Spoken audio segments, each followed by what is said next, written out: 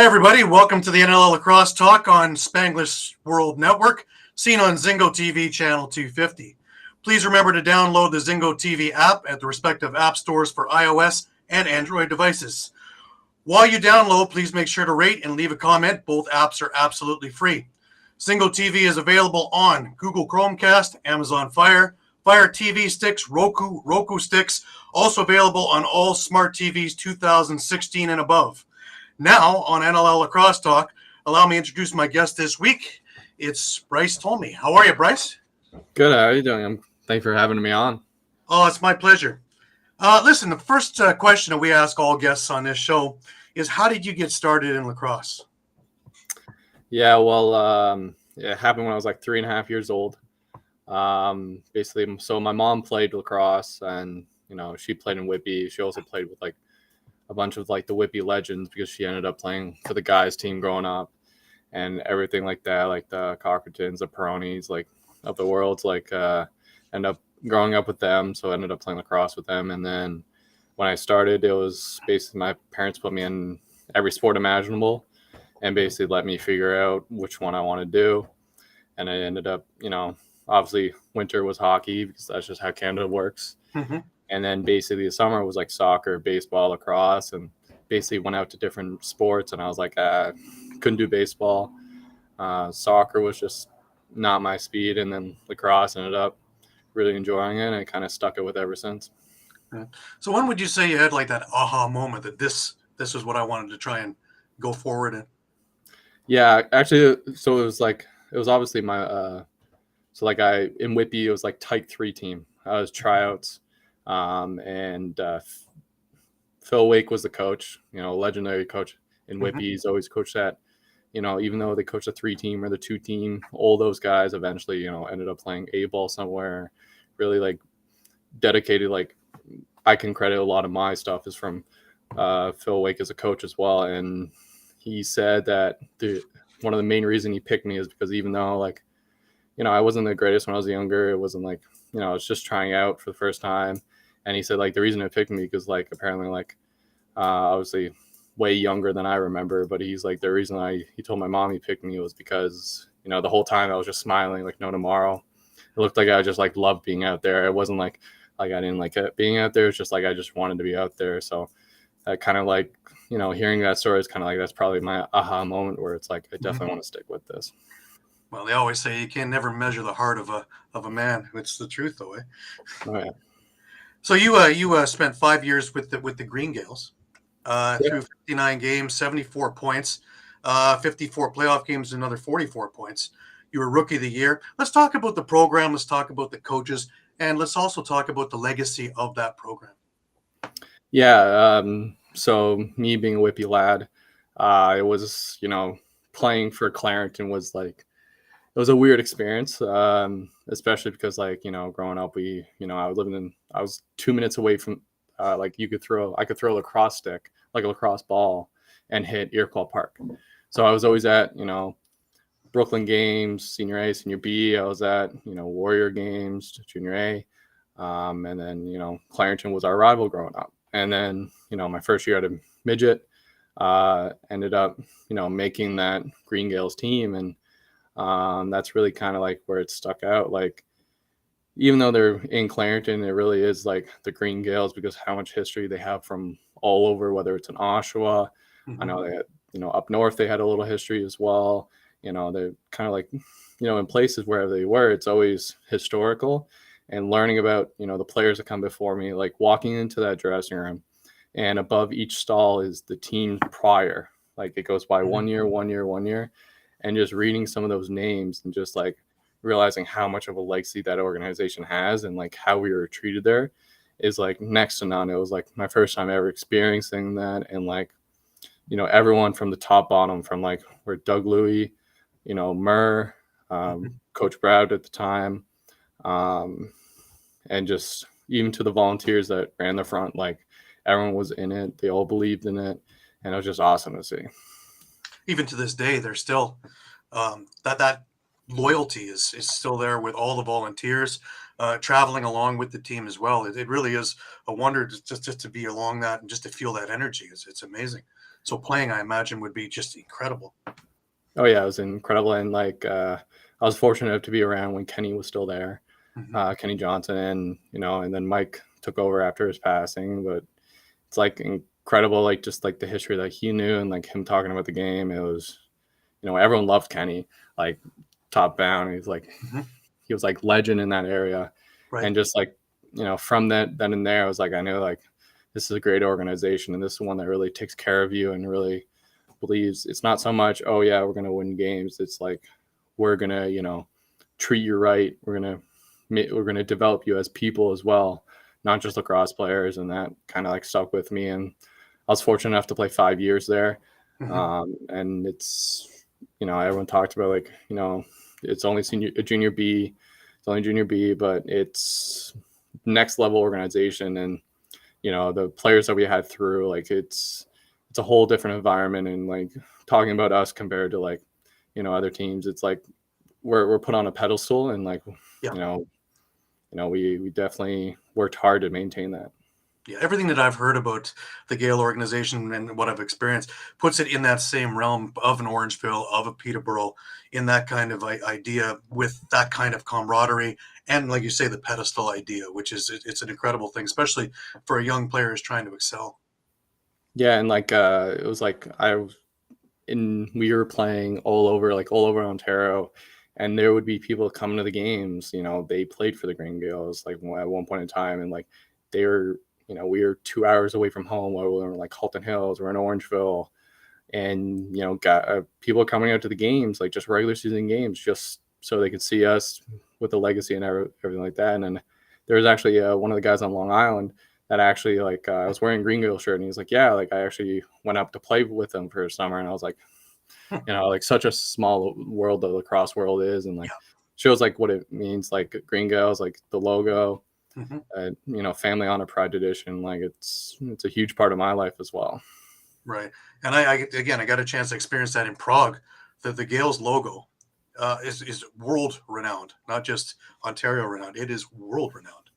Yeah, and like the biggest part is like one of the guys traded his jersey away, and he was able to get like a massive haul for it. Like it was a home and away jersey, shooting sword shirt, and it was like I believe a hat, and like that was just for one jersey, and he got all that stuff. Just like that's, and like walking the first game, I can't like it's like walking that first game. I saw, little kids in Czech Republic.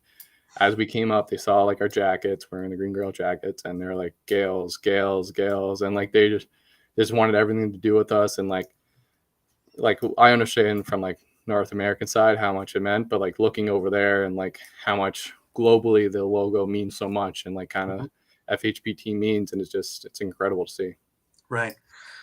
Let's get into a little bit of your background. You were quite successful. You won the title with the Team Ontario under 16 in 2014, under 18 in 2015. Served as an assistant captain with Team Ontario and under 16 as a sophomore. Played on the Gales Conference Championship team and National Championship finalist team in 2016. Also, as we talked about, Rookie of the Year with the Gales. That's quite a bit of experience popped into a couple of years being young.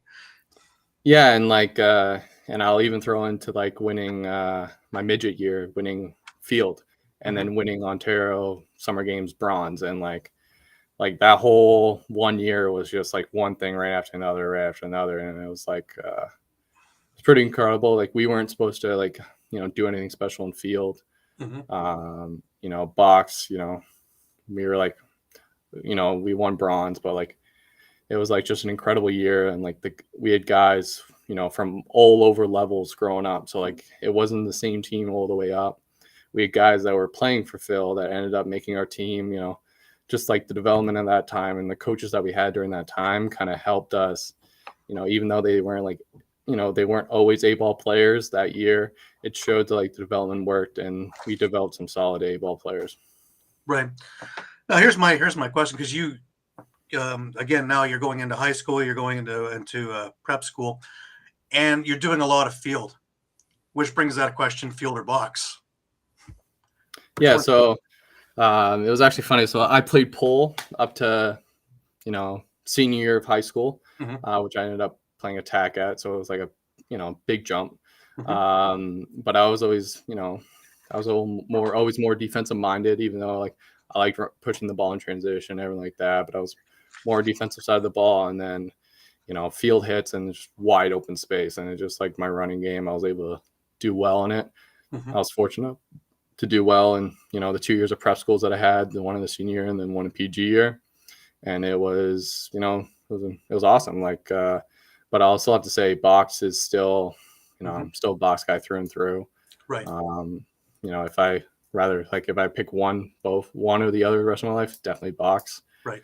Um, it's just growing up in Canada, it's meant a lot more, Mhm. and I like the game a lot better. It's more physical, more fast pace. It's up and down more, which is more my game than Mhm. kind of settling it down and running Pacific stuff. Right. One of the questions I ask a lot of people is, do we pigeonhole young players too soon into defensive or offensive?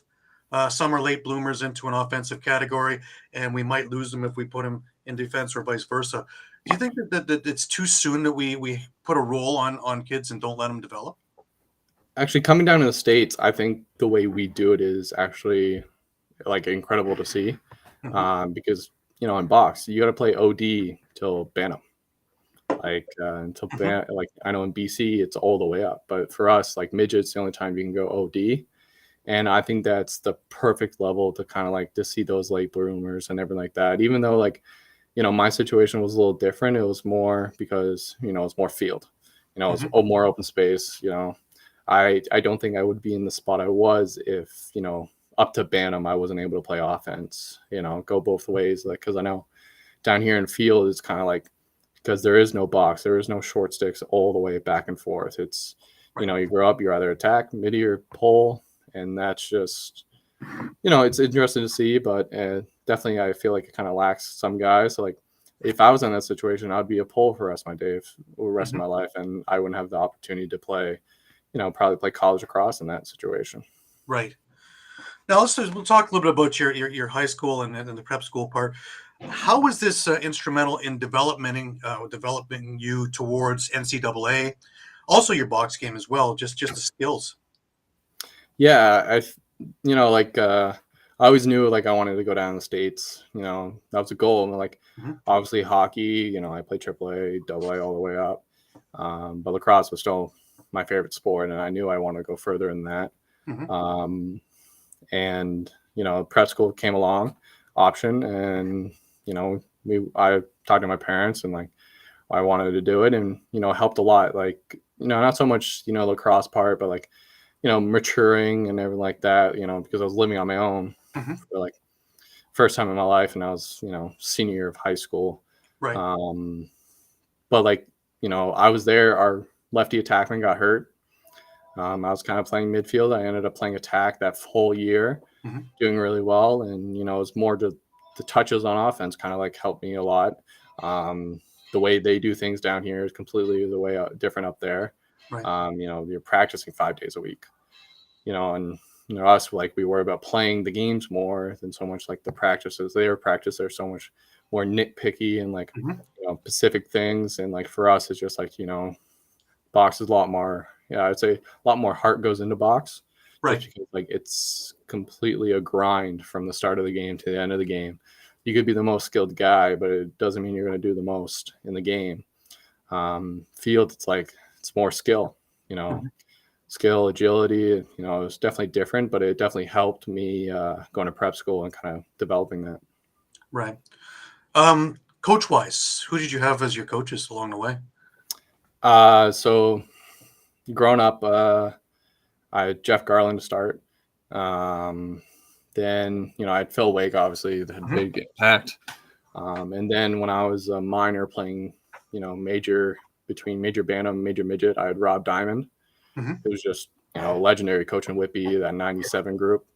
We had guys that Justin Lemke, Bryce Yetman, Dawson Theed, Hmm. like old guys that are like you know growing up, you're like, wow, those are guys that really good lacrosse, Yeah. and they always did well. And like those two coaches in minor, and then probably the biggest impact was Brad MacArthur when I hit junior. Hmm. Um, it was different mentality. Like it was, he wasn't, he wasn't going to yell at you. He was going to bombard you with yelling. He could just give you this look and you knew you screwed up. And like he'll let you, correct yourself. Like, and he'll butt in if you correct yourself after a bit, but he'll let you work through things. And like that really helped my game. And, him trusting me to push transition was, a huge part, because, that ended up being, major part of my game and major part of me allowing me to move further in my career. Right.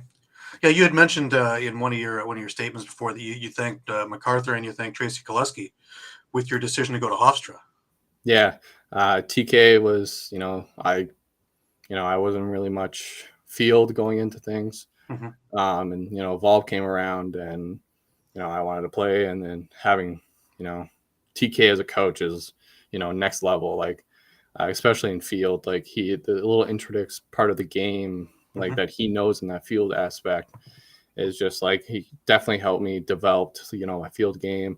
It was awesome, like to play for him in field. And I can definitely say that Evolve program, from where I was when I was playing, I was like one of the first few teams to where it is now. It's like it's all because like TK and Ralphie and just those guys, like they're they built that program because of how they are. Right. And it's definitely a huge part of why I ended up committing there. Right. Now, Hofstra itself, was the program what you expected when you got there? Yeah. So, I visited a couple schools, had offers from a few, and basically it was like I was for sure thought I was going somewhere else. Like when I stepped into that room, like, I was like, right before I got there, I was like, I'm going to the school. I'm just, why am I going to this? And then I stepped on campus, and, you could feel like the history and like kind of the environment, and like, especially Coach Tierney, like talking to him, it was like, walking out, I was like, wow, I'm definitely want to come here now. And like the whole atmosphere, like the legacy they have, like how they play the game, it's that, we call it turnpike toughness. And it's just, being able to like, fight through adversity. And like, we knew like all the way up, the teams knew they weren't going to be the most skilled, but they're going to play blue collar lacrosse. They're going to, come at you. They're going to come at you hard and going to keep coming at you. And I love that style. And it's definitely something, fortunate enough to play in that environment, and the history and the way we're treated there is just next to nothing. And you had a couple of really good years there as well. And it looked like you increased as you were going along too, really picking up on the game. Yeah, definitely. Like, first couple of years, it's always like, it was a big adjustment because like I was never a no guy. So learning how to really play offense was the biggest part in the first couple of years. And then, my, junior year was COVID year. And then my senior year, I was really focused on, changing my mentality, changing, my body, like Coach Waits, which was like Coach Jimmy, which was our strength coach at the time. And, working with him, it was like kind of like changed my whole mentality to like my life, and also training. I was like, before I was like, okay, I can just get away with how I was going. But, I was the first few years, I was like, well, this is really not the case. But then when senior year hits, I was like, okay, I really want to change. And like that whole fall ball, like, we would run something called stadiums, which is up and down all the stairs in the Hofstra Jane Metzger Stadium. And, for me, that fall ball, I was like, I really want to make a giant push, because I knew it was my last year. And I ended up, focusing on that. Every Saturday, Sunday morning, I was there at, 8:30 in the morning. I would just, run a couple stadiums, trying to get my times down, transition my whole mentality. Our lifts were at 5:30 in the morning, and then 6 o'clock. It was like, wake up, get your work in, do it right, and then just focus on the rest of the day, and, really bearing down on what you have to do. And it helped me, especially now in life, like, getting up and doing what you have to do, even though no matter how much it sucks or anything like that, you just got to get up and do it. And, that's definitely, it really clicked my junior year, but fortunately COVID, but senior year really like, I was fortunate enough to obviously play more than I did in years past in my senior year. And, I was fortunate to, finish my career off. Right. And that strength and conditioning had to help you also in your box, because I imagine you could make cuts quicker. You could do all the other things a lot quicker. And I know watching you firsthand, you are lightning out there, defensive and offense. So, it obviously helped out in all your muscle twitch categories too. Oh yeah. And it's actually like, it helped me pick my career. Like I'm an athletic trainer, so athletic therapist back home. I work with 3 junior hockey teams, but I also do their strength and conditioning. So like I'm strength and conditioning certified CS. I do all their workouts, and this year I'm doing some of the youth programs as well. And I wouldn't have that mentality and kind of like that drive for that without that kind of time at Hofstra, and it kind of helped me through this. And box, it's helped me. Like I was always fast, but I was never that strong and fast. And now like just being able to develop that and like learning the science behind it, it's kind of helped me be more in depth in that, and it's definitely helped my game. Right. And you're not that prototypical athlete, man. You were on the dean's list and all the way through honor rolls, through high school, through college. So yeah, you're a top student too. So it's not just about sports. This work towards also your mentality with everything, schooling, anything to do with it, right? Oh yeah, it was like top to bottom, and like just something clicked. Like freshman sophomore year, I was like, oh, why am I doing this? All this junior senior it just clicked, and I wish it clicked sooner. Maybe I would have played more in college, but I was fortunate enough that it did finally click, and it changed my life. Yeah, in every aspect too. So it works in the long run. Being you're still young, so you have a whole career ahead of you in both still. So it's a great thing. Discipline is a wonderful thing to learn, especially when you're young. Oh yeah. All right, let's talk about getting drafted. The Riptide come calling there, 56th overall, 4th round, from a pick they acquired from Georgia. And what did Veltman say to you when he drafted you? Because Jim would have a specific idea in mind when he's drafting. Yeah. So he actually mentioned my time with the Gales.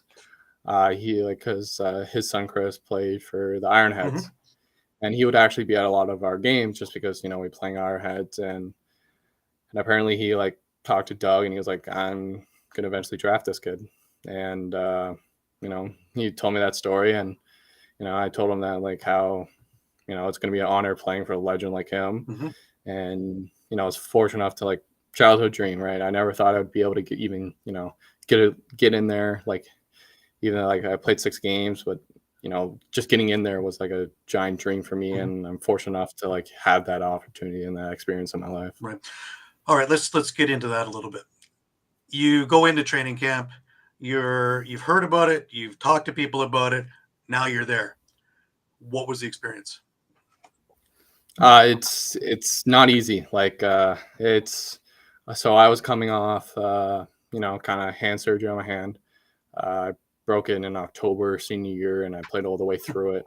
Ended up getting a pin in it in the off season, and I was cleared like 2 weeks before training camp. Like it was like, I was like getting a little stress on it, but like that training camp, a lot of stress, like it's a lot of work.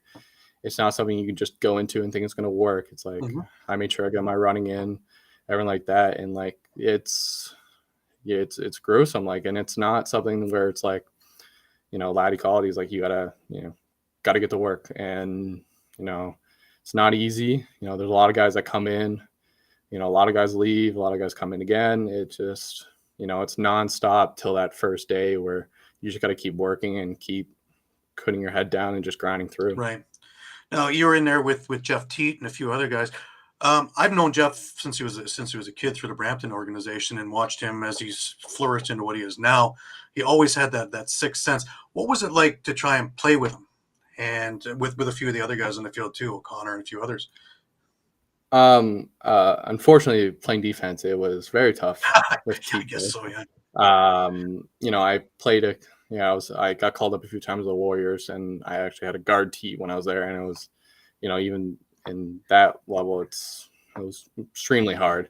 And like you get to like NLL, it's like some of the stuff that you see him do is just like, it's like, oh my god, like Yeah. like how? Like there was one we were playing in Brampton Memorial, and I think we were playing Panther City, and it went in overtime.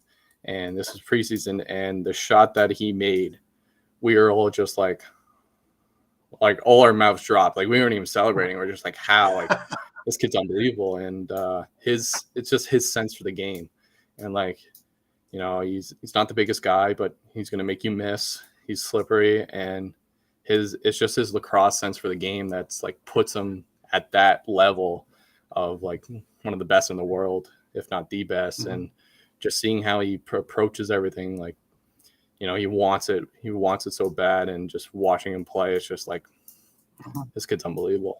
It's funny because I remember I was sitting with Troy Cordingley. He was still playing for junior. I think it was their Minto Cup year or the year previous, and we're sitting at track and we're watching him, and Cordingley just comes up and says, "It's like watching Gretzky. His vision is so good everywhere, and he's always able to slip or move, so you can never hit him flush. That's why he never gets hurt." Yeah, and it's in practice. It's just like we're sitting there, we're like, it's like, how do we guard this guy? And like he's like one of those guys where it's like I can only imagine the reverse scout on him. Like the scout for other teams is like, yeah, he's going to score. It's just minimizing how many times he's going to, contribute. And it's just like when you have a guy like that, and you're talking about not so much like just shutting him down with 0 points, of how many few points can we give him? Right. You just know like he's just at that level, and you see it, both NLL and BLL, just what he does is unbelievable. Right. It's funny because I have another show on Sunday nights with my writers, and we have a recap show, and we wound up with a section of the Teat Oh My goal of the week, because literally there was at least one, if not more than one, of things like you said. You just sit there and your jaw just goes, huh? What just happened? So yeah. I imagine it just would be absolutely mind-boggling to, this is my assignment for the night. God, thanks. Yeah.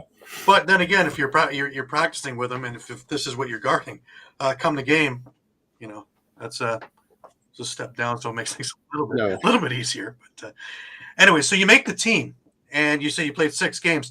Let's talk about just regular season. You're in the team, and just a game day.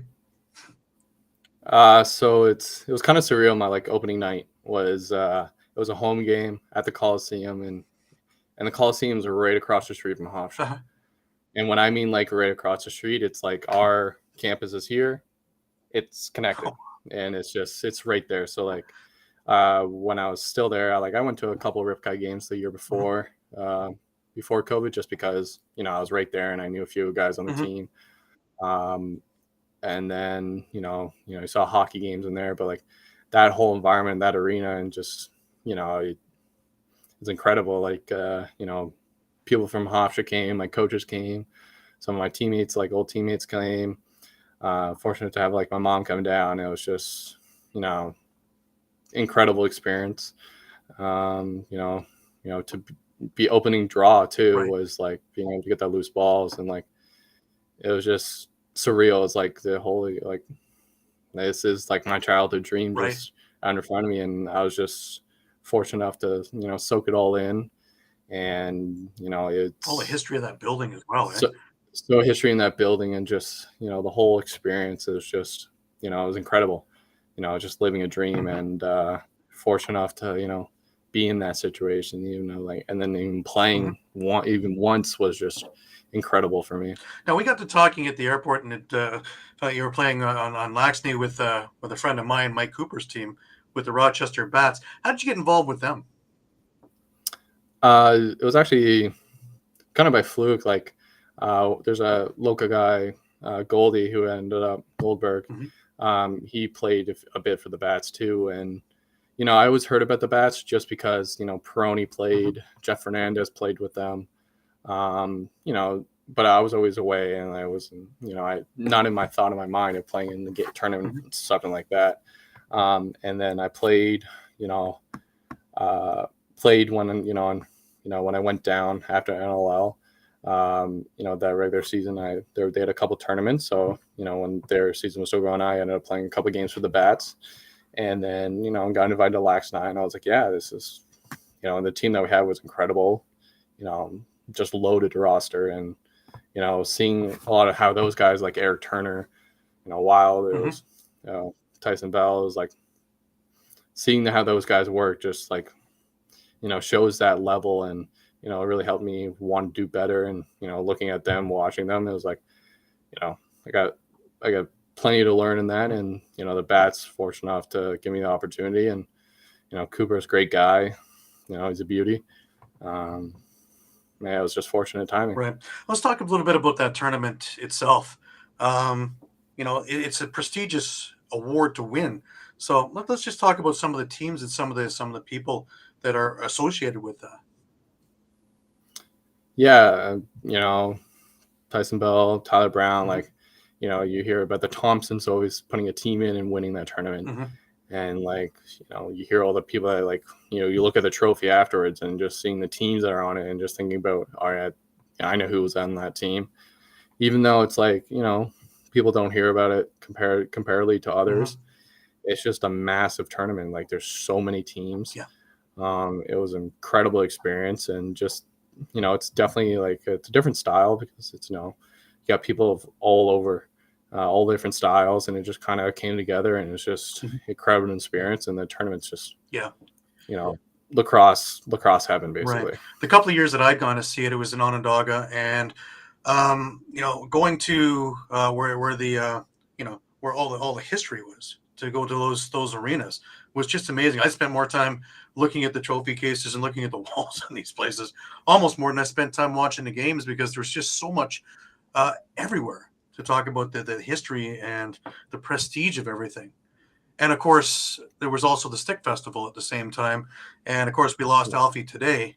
But Alfie used to have his stick making thing out there, all of his tools and sticks, and showing how to do it, and showing some of his sticks and showing off how good they were. Which are always you mentioned Alfie, and we always used to preseason scrimmage Syracuse. Yeah. And my first year, we actually went to Alfie's shop. He showed us around, showed the whole process, start to finish, and my whole Hofstra team was there watching. And being fortunate enough to see that process, especially from a guy like that, it was just incredible experience. And learning more about the game, and seeing some of the guys that weren't so familiar with that kind of situation, and seeing how the process and how much it meant to them kind of like meant a lot for not only me, but like some other guys that weren't really too experienced in it. And native, true to the point of using every bit of that tree, not a thing went to waste. If it wasn't going into the stick, it was going into the steaming. And if it wasn't doing, and the 10-month process of everything was just incredible. So yeah, I remember I was, one of my favorite things was having a dinner with him, and him. First of all, he's hilarious. He was absolutely a comedian in every sense of the word on anything. And having him explain the whole process of 10 months to do a stick was just, mind-boggling to me. But then, of course, seeing it and seeing what went into it, and cording the tree and cutting the tree and from the root up. And, you understand why these things are so great. And, a huge loss losing him today. But his legacy will live on forever. I want to talk about the PBLA for a number of reasons. One, you played with the Trenton Terror, and we'll get into that in a second. I want to talk a bit about the league as it was explained to you before you got there.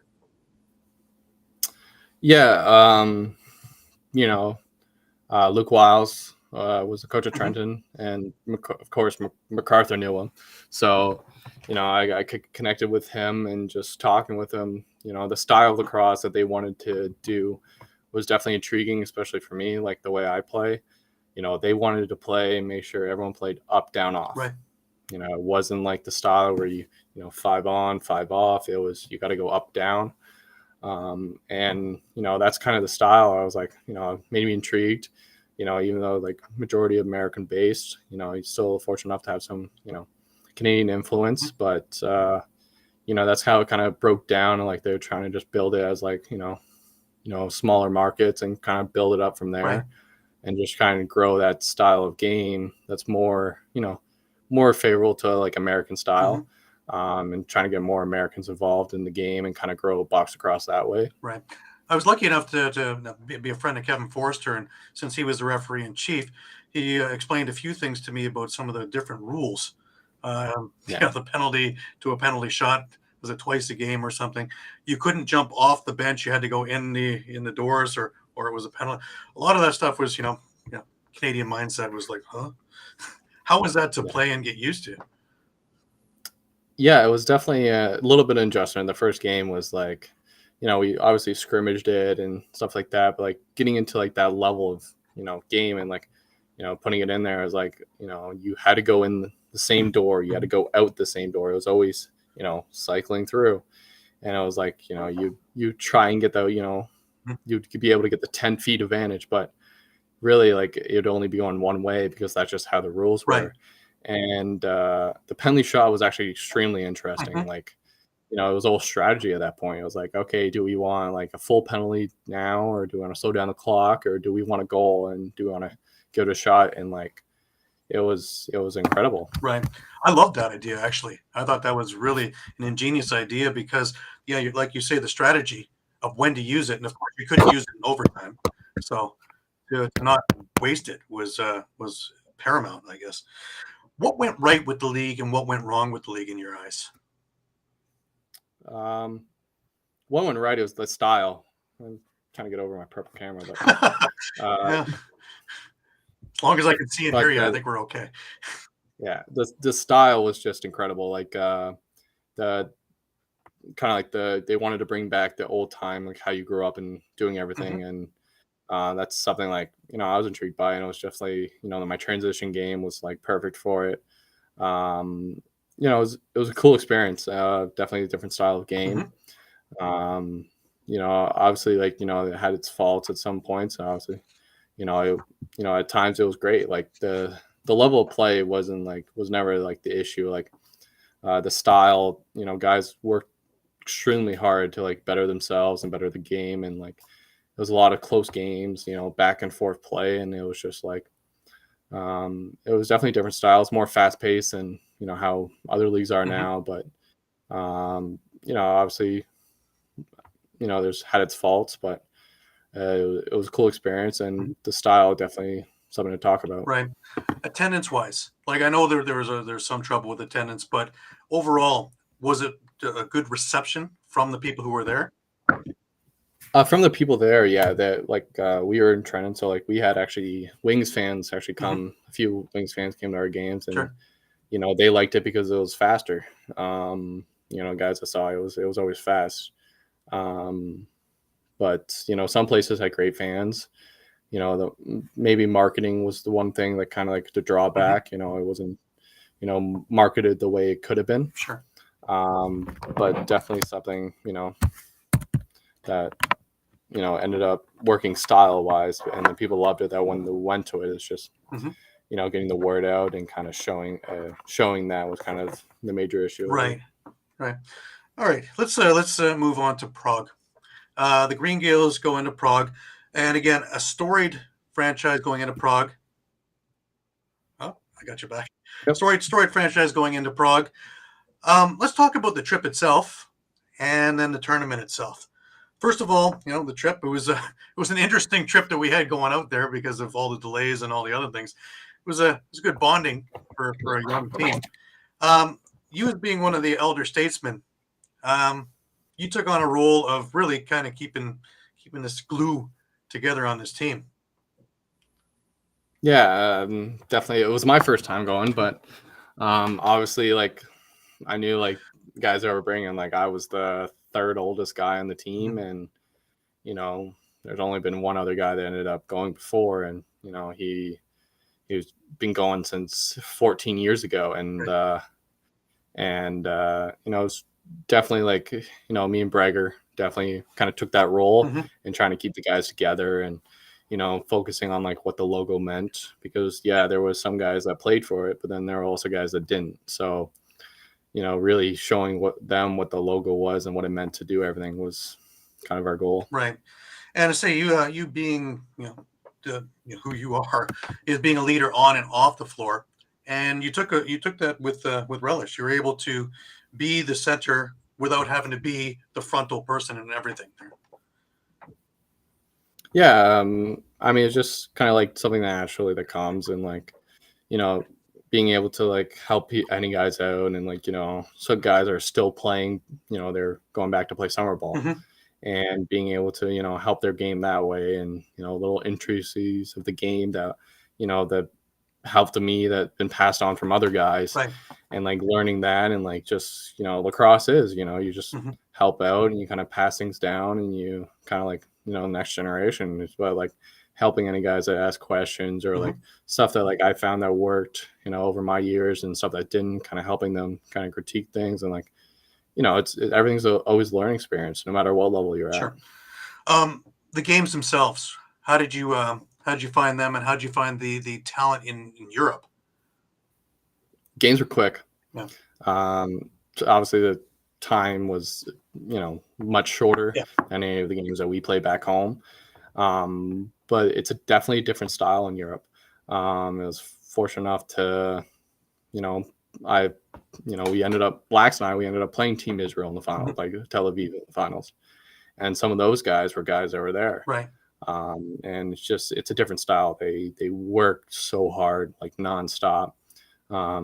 Yes, like they don't have, they have guys that are skilled, but it's not as abundant as is from like place where it's hotbed in Canada and stuff like that. But they work hard, and they'll just keep coming. Like they don't give up. They have a style that works, and they're just going to keep going like that. And, it was incredible to see across all nations that were there, Right. and it was incredible. You showed me your elbow pad after one of the games was cracked from one of the slashes you took. So definitely, it's not just out there for fun and love. It's serious business to win this thing. Oh yeah, and I had the elbow and then my hip. I like, picks your hip there. was from house, man. Doing Yeah, between the picks and the block shots, the bruise that went from your hip all the way down to basically your knee. It's pretty incredible to see. And you're still moving. You're still moving nimbly, which is a testament to your style of play, because most people would just be laid up at that point. Yeah, and like my style, I was like, I need to move to be, be successful, and I just keep moving. Mm-hmm. Well, you win defensive player of the tournament, and to me, the transition that you had, because you were scoring goals, you were back, you were around, you were everywhere on the floor, and being on the bench and taking pictures and covering it from there, to watch it firsthand and actually see how you cover the floor, man. I'm telling you, there's a number of, we talked about it off air, there's a number of NLL teams that could use your services as we speak. Like, I don't see a reason why you couldn't walk on to a training camp and turn a bunch of heads, and the next thing you know, we're buying your merch at the store. Appreciate you saying that. Yeah, definitely. Like the style I play is, a little unique to like.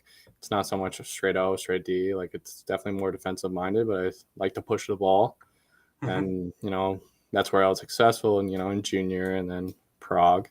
Yeah, it's just it's not something that comes like where I got to think about it a lot. It's just that's just how I play. And but your communication skills out there also are really good, because everybody knows where you are and what you're doing, and your passing skills are great too, because you're able to feed the ball to everybody on the go, and whether they're stationary or not. So you can get your cutters going, and you're valuable in both sides of the ball. I appreciate that you saying that. Oh, it's a pleasure watching your game. What's next for Bryce Tolmie? So right now, just figure out like summer ball. See if I can get up and play any games. Obviously, I'm living on Long Island, so I'm still working, so I got to be able to work first. Of course. But I don't want to stop. I want to play till my body tells me no, whatever capacity that is, or whatever level that is. Is just when any opportunities come, I'm always going to be ready, and just something I want to continue. And I train like I'm still in it, so it's like I want to try and keep going until again my body tells me no, or all opportunities are washed up. Right. Like but from me, it's as long as I'm I still have the love for the game, I'm going to keep playing, and I don't see that ever changing. Right. Now, I know you did some coaching way back in camps and things like that, and clinics. Do you aspire to maybe do that as a full-time gig? Full time, yeah, potentially down the road. I've always enjoyed coaching. Like, Jason Crosby got me was my first kind of introduction to it. I know I coached his son, kind of coached him, for about 5 years when I was with the Gales, all 5 years. And it was just, something that ended up, I really liking. Continue to try to do it as much as I could. And, I still try around here, we have a connection with the lacrosse program. So, I do their speed and agility stuff and kind of like that kind of stuff. But even that I joined coaching and, just, again, it's like the mentality of just giving back, people before me were giving back. And I remember those junior A players that are coming to our practices when we were growing up and how much that meant to us. And just being able to give the back to that category was incredible.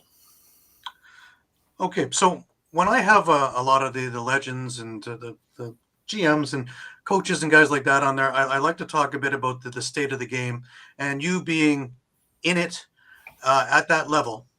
What is your take on where the NLL game or the PLO game for that matter, where it is now, where you see it going in the near future, and can this thing be a full-time gig for you guys? I see down the road, definitely for some guys, it can be a full-time gig like it is now. But we've been saying it for years, fastest growing sport in 2 feet, but it's just how to get that to the next level. And, see the PLL, they're getting faster and faster, trying to get the shot clock in. You see the NLL, a lot of those teams that are successful now are getting faster and faster. It's just,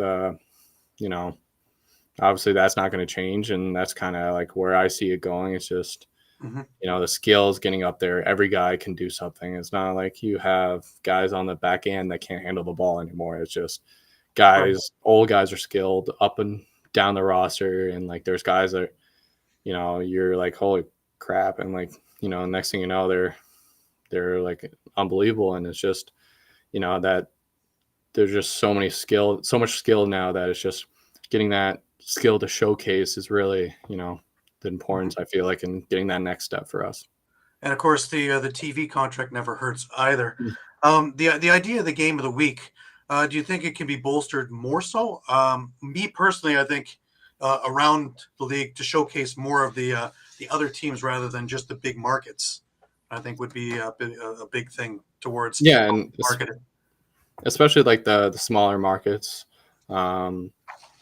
Getting more publicity to them, getting those the other markets involved is where you can grow and successful, keep the kind of the teams in the area and keep the momentum going. Obviously the big markets, they're not going to go anywhere. They're set in stone and they really do well. They push every single year. They the guys wanting to play for them every year. And then, there's some markets that are, up and coming, and it's just, exposing those markets might be more beneficial, especially down the road when there are more teams in the league.